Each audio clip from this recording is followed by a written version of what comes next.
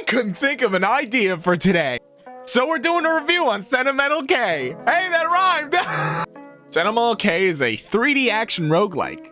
But you already knew that from the Steam title. Or chart. Whatever. It's $25.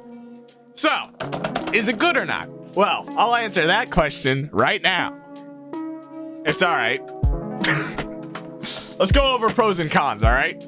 Pros, there's a lot of moving parts going on here.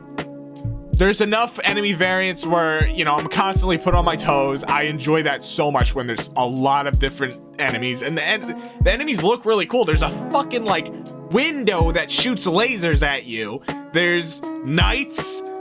There's birds. There's clown things. There's presents that spawn teddy bears. There's a giant teddy bear elite enemy. It's very strange. It's like... I swear they're using like free models from like Unity or some shit to make the just dumping them in there and giving them enemy AI. It's great. It's hilarious and I enjoy it. There's enough weapon variety where I'm not getting bored.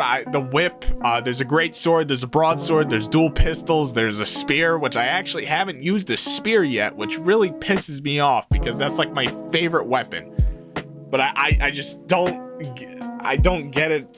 Oh wait, no, it's a gun spear, I think. I'm a great reviewer, you know, I know everything about the game. I don't even know what one of the fucking core things are. Wow, okay. I couldn't even tell you how many artifacts, which are like items, are in the game. I honestly don't even read them. I just pick them up as much as possible. I read some of them. I know some of them. I know some of them are good. Like when I get them, I'm like, oh shit, all right, that's good. Like the soup that respawns you, it revives you at 50 HP and gives you invulnerability for 3 seconds once. That one's a good one.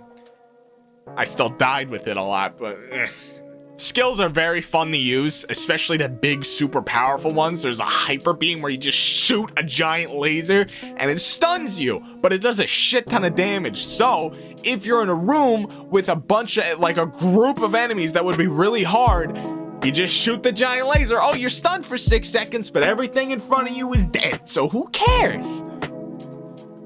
Although that is like very risky on a boss. Gameplay feels really good. That's my favorite part of the game is gameplay. Movement is really enjoyable. Like moving around feels smooth. It feels responsive. When I press dash, my character's dashes and it's a fast dash. And you can get really like the movement speed buffs and everything. You can get really like just moving. Like you get when you get in the zone in this game, you're like, oh yeah. Alright. You know the feeling. That's the best part. The gameplay's the best part. The just hitting things is satisfying. A lot of the abilities have a nice oomph to them when you use them. You feel fucking like an anime character doing stupid shit. Which, I mean, clearly that's what it's going for. And boobs. Now for the cons, unfortunately. The music is not... I wouldn't even say this is a con. It's just so generic, the music. I don't even hear it half the time. A lot of the elite enemies are just complete and utter pushovers. So you'll get into a room where it's just one enemy, and like even when you're late in the run on like Abyss 2 or 3, they don't do much of anything.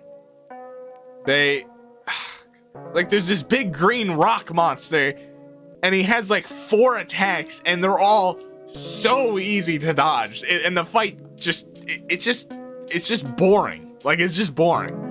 Unless you have a lot of CC, because then you see him fall on his ass like 60 times in a fight. There's a plant monster. I'm not sure if they didn't finish the game or something, because the plant monster's just all purple. Like everything's purple in that room. And him. And there's like no detail on it. I don't know if that's intentional. It's really weird if it is. I don't know the lore for the game, so maybe there's some large purple glitch monster thing. I don't know. That's plant. What? It's not that great. There is a redeeming factor in the elite enemies though. There's a giant teddy bear and a clown that does cool shit. Shoots lasers and shit at you and beach balls.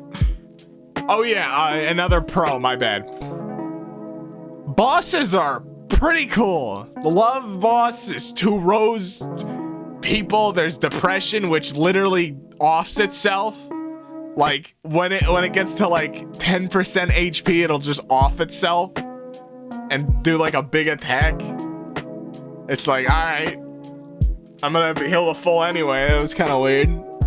Although it does do a shit ton of damage, so if you're also low, it will kill you unless you dodge it, which is not hard to dodge.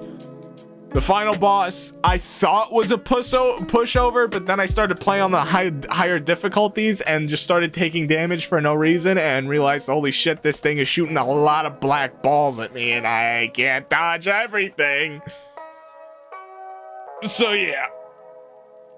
It's not much cons outside of, I guess there's like no story. Like I can't figure out what the hell this is supposed to be. Like this just looks like some random mobile game, but it's good. I can't, like there's no, I don't see, there's no lore. I don't see lore or anything happening. You beat the game and your character just walks up and touches a cube. I'm sure if you read into like the question mark rooms and like what they say, which I don't do, there's probably something there, but there's not much of a story going on.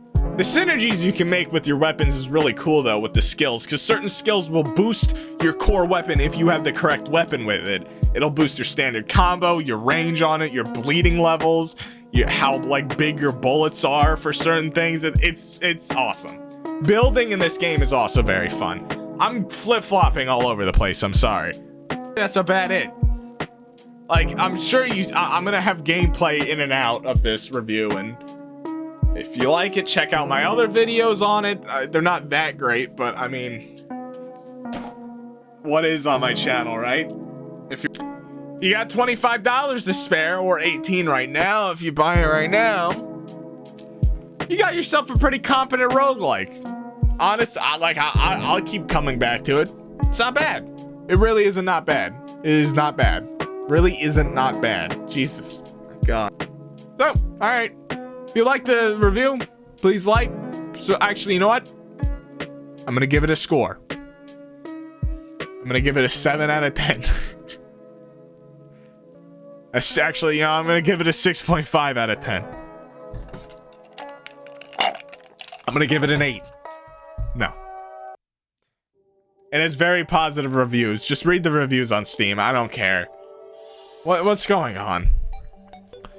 Please like, subscribe, and do all that, you know, this stuff. Comment down below any roguelikes you'd like me to play. Like, see me play. Or maybe, something that I don't have to edit much.